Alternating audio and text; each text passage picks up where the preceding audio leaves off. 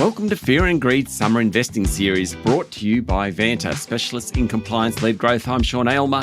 Exchange-traded funds, or ETFs, have boomed in recent years. Many investors see them as a low-cost way of diversifying their investments, as these funds usually track the performance of an index or of a particular asset class or commodity.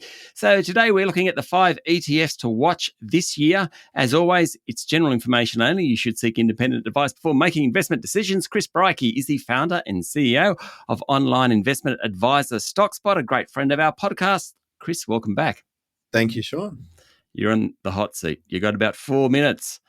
That's what, 50 seconds each. 5 ETFs to watch. All right, let's give it a go. Well, I think the first one for me, Sean, this year would be the S&P Global Dividend Fund, which is WDIV. And the reason I like this one is that, one, it's pretty unloved. Over the last few years, everyone's jumped towards the NASDAQ ETF, NDQ, and the Global 100 ETF, which is another one we offer clients IOO because they have the Magnificent Seven and NVIDIA and all these high growth stocks. Dividend stocks have been pretty unloved, but I think it won't take a lot. It could be a slowing of the US economy, a return of inflation, or disappointing earnings from some of these big tech stocks that could really switch expectations from high growth to dividends. So that's the first one. Great.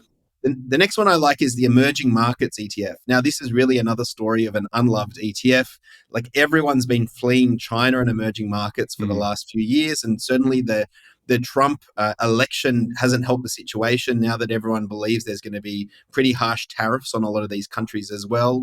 So it's a very unloved ETF, but again, expectations are so low, it won't take a lot to turn things around. We've already seen China pump some stimulus into their economy. If it starts to take hold next year, I'd be backing the Emerging Markets ETF over developed market ETFs.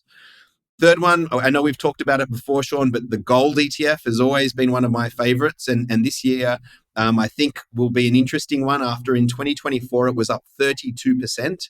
It was its best year in decades. But I still think most advisors and asset allocators have way too small allocation to gold, and many have zero. So I think they did a survey recently and found the average allocation is about 1% to gold. We allocate about 15% to our clients to gold, so a much bigger allocation. I think it will struggle to do another 30% year, but I think over the next 10 years, you'll see gold do very well compared to other asset classes. The fourth one, Sean, I think is the bond ETF, IAF.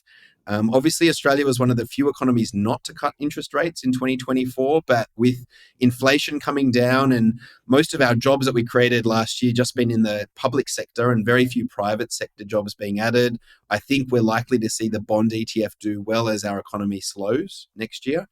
And then finally, commodities had a great run after the COVID stimulus came out from governments and central banks around the world, but really have slowed down over the last couple of years. I wouldn't be surprised if they have a bit of a comeback in 2025.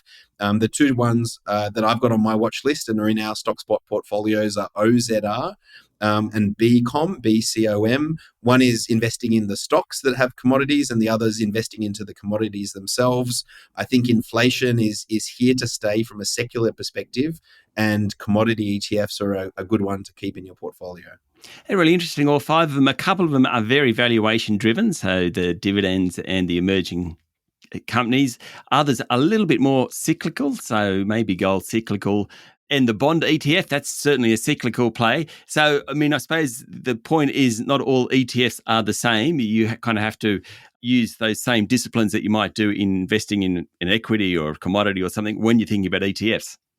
Well, that's right. You want a diversified portfolio, and actually you don't want them to all perform well in the same year.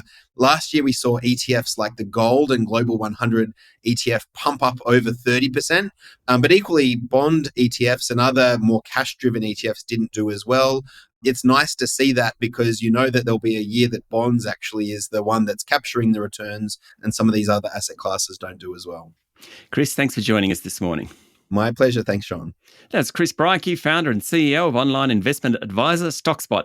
This is Fear and Greed Summer Investing Series brought to you by Vanta. Vanta automates compliance for frameworks like ISO 27001, SOC 2, CPS 234 and Essential 8, saving time and money while building trust. Join over 8,000 companies like Atlassian, Dovetail and FireAnt managing real-time risk. Get $1,000 off at vanta.com/fearandgreed. I'm Sean Aylmer. Enjoy your day.